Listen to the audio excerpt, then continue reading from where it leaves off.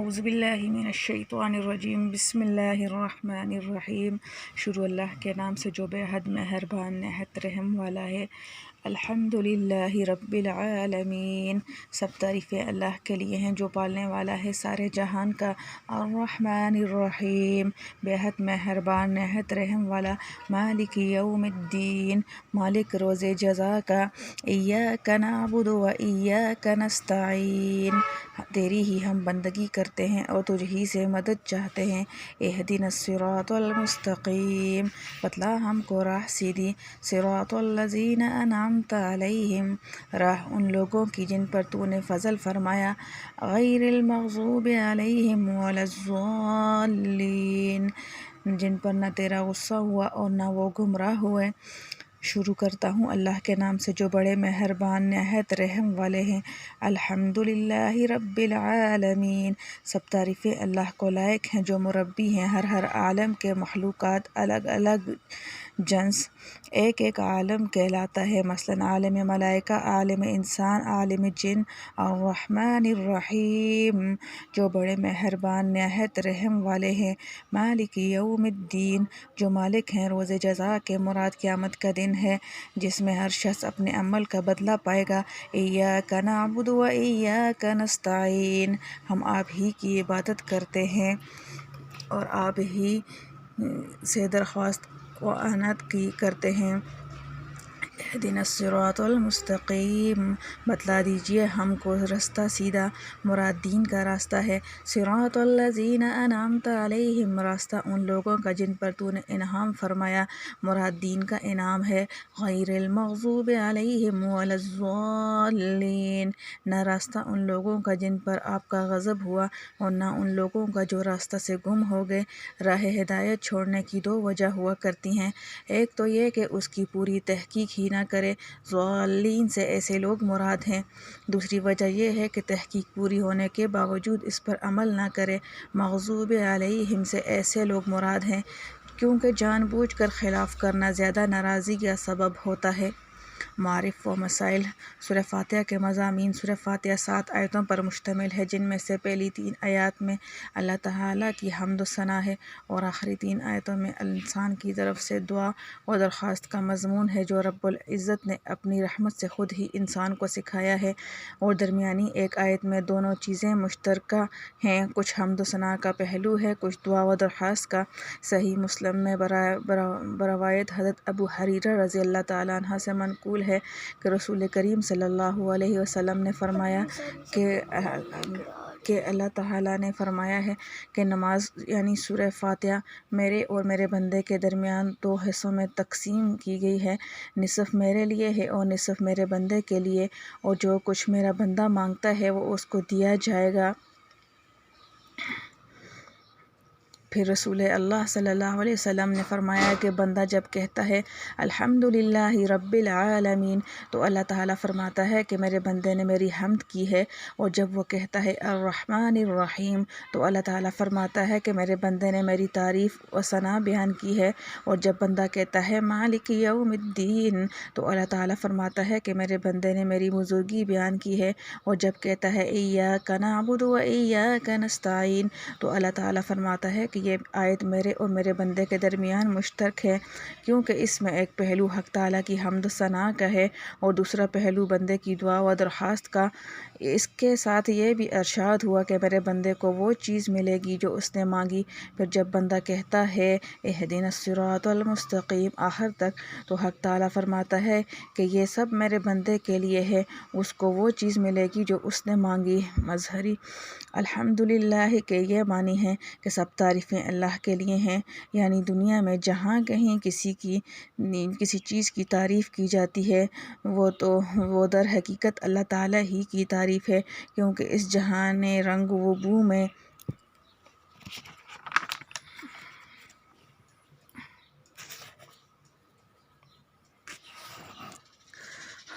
ہزاروں حسین مناظر اور لاکھوں دلکش نظارے اور کروڑوں نفع بخش چیزیں انسان کے دامن دل کو ہر وقت اپنی طرف کھینچتی رہتی ہیں اور اپنی تعریف پر مجبور کرتی ہیں۔ اگر ذرا نظر کو گہرا کیا جائے تو ان سب چیزوں کے پردے میں ایک ہی دست قدرت کار فرما نظر آتا ہے، اور دنیا میں جہاں کہیں کسی چیز کی تعریف کی جاتی ہے اس کی حقیقت اس سے زیادہ نہیں، جیسے کسی نقش و نگار یا تصویر کی یا کسی صنعت کی تعریف کی جائے کہ یہ سب تعریفیں در حقیقت نقاش اور مصور کی یا صنع کی ہوتی ہیں۔ اس جملے نے کثرتوں کے تلاطم میں پھنسے ہوئے انسان کے سامنے ایک حقیقت کا دروازہ کھول کر یہ دکھلا دیا کہ ساری کثرتیں ایک ہی وحدت سے مربوط ہیں، اور ساری تعریفیں در حقیقت اسی ایک قادر مطلق کی ہیں۔ ان کو کسی دوسرے کی تعریف کا سمجھنا نظر و بصیرت کی کوتاہی ہے۔ حمد ربات و نسبت است درست برد و حرکت رفت و بردست، اور یہ ظاہر ہے کہ ساری دنیا کائنات میں لائق حمد در حقیقت ایک ہی ذات ہے، تو عبادت کی مستحق بھی وہی ہو سکتی ہے۔ اس سے معلوم ہوا کہ الحمدللہ اگرچہ حمد و ثناء کے لیے لایا گیا ہے، لیکن اس ضمن میں ایک معجزانہ انداز سے مخلوق پرستی کی بنیاد ختم کر دی گئی ہے اور دل نشین طریق پر توحید کی تعلیم دی گئی ہے۔ غور کیجئے کہ قرآن کے اس مختصر سے ابتدائی جملے میں ایک طرف تو حق تعالیٰ کی حمد و ثناء کا بیان ہوا، اسی کے ساتھ مخلوقات کی رنگینیوں میں الجھے ہوئے دل و دماغ کو ایک حقیقت کی طرف متوجہ کر کے مخلوق پرستی کی جڑ کاٹ دی گئی، اور معجزانہ انداز سے مخلوق پرستی کی بنیاد ختم کر دی گئی اور دل نشین طریق پر توحید کی تعلیم دی گئی۔ غور کیجئے کہ قرآن کی اس مختصر سے ابتدائی جملے میں ایک طرف تو حق تعالیٰ کی حمد و ثناء کا بیان ہوا، اس کے ساتھ مخلوقات کی رنگینیوں میں الجھے ہوئے دل و دماغ کو ایک حقیقت کی طرف متوجہ کر کے مخلوق پرستی کی جڑ کاٹ دی گئی۔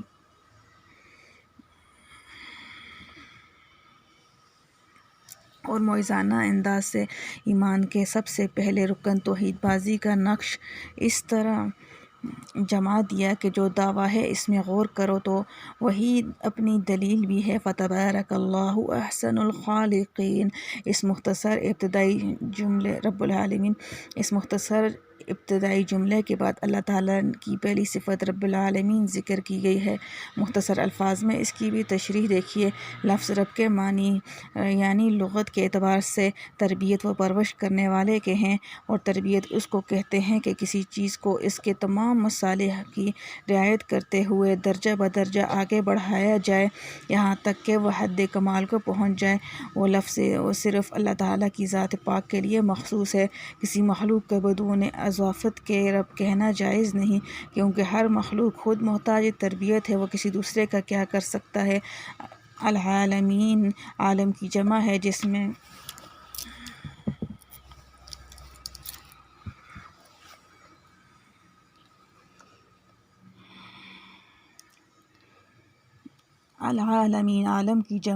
میں دنیا کے تمام اجناس، آسمان، چاند، سورج اور تمام ستارے اور ہوا، فضا، برق و باران، فرشتے، جنات، زمین، اس کی تمام مخلوقات، حیوانات، انسان، نباتات، جمادات سب ہی داخل ہیں۔ اس لیے رب العالمین کے معنی یہ ہوئے کہ اللہ تعالیٰ تمام اجناس کائنات کی تربیت کرنے والے ہیں، اور یہ بھی کوئی بعید نہیں ہے کہ جیسا یہ ایک عالم ہے جس میں ہم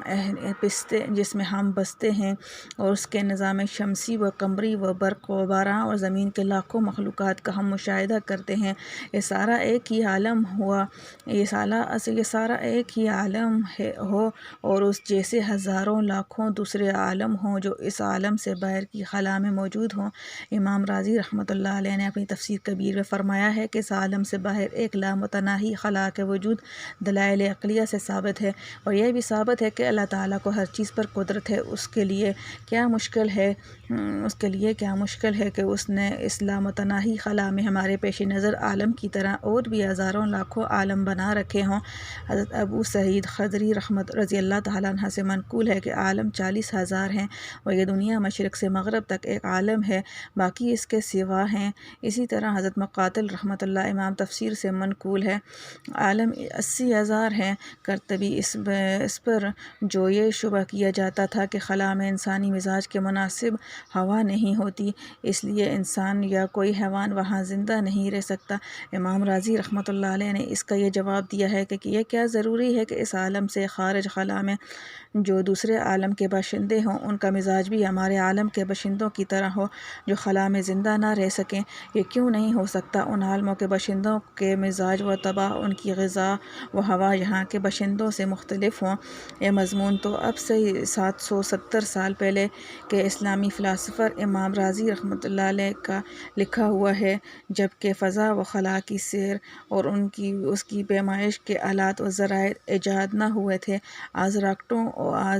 راکٹوں اور اسپنگٹکوں کے زمانے میں خلا کے مسافروں نے جو کچھ آ کر بتلایا وہ بھی اس سے زیادہ نہیں کہ اس عالم کے باہر کی خلا کی کوئی حد و نہایت نہیں ہے، اور کچھ نہیں کہا جا سکتا کہ اس غیر متناہی خلا میں کیا کچھ موجود ہے۔ اس دنیا سے قریب ترین سیاروں، چاند اور مریخ کی آبادی کے بارے میں جو قیاسات آج کی جدید ترین ماہرین سائنس پیش کر رہے ہیں وہ بھی یہی ہیں کہ اگر ان سیارات کے اوپر کچھ لوگ آباد ہیں تو ضروری نہیں کہ وہ انہی خصوصیات اور اسی مزاج و طبیعت کے ہوں جو اس عالم کے انسان اور حیوانات و نباتات کے لیے ضروری سمجھے جاتے ہیں، بلکہ قرین قیاس یہ ہے کہ ان کی مزاج و طبیعت، ان کی غذا و ضروریات یہاں کے لوگوں سے بالکل مختلف ہوں، اس لیے ایک کو دوسرے پر قیاس کرنے کی کوئی وجہ نہیں۔ امام رازی رحمۃ اللہ علیہ کی تائید اس سلسلے کی وجہ جدید معلومات کے لیے وہ مقالہ کافی ہے جو امریکی خلائی مسافر جان کلی نے حال خلا کے سفر سے واپس آ کر شائع کرایا ہے، جس میں شعاعی سال کا نام دے کر ایک طویل مدت و مسافت کا پیمانہ قائم کیا اور اس کے ذریعے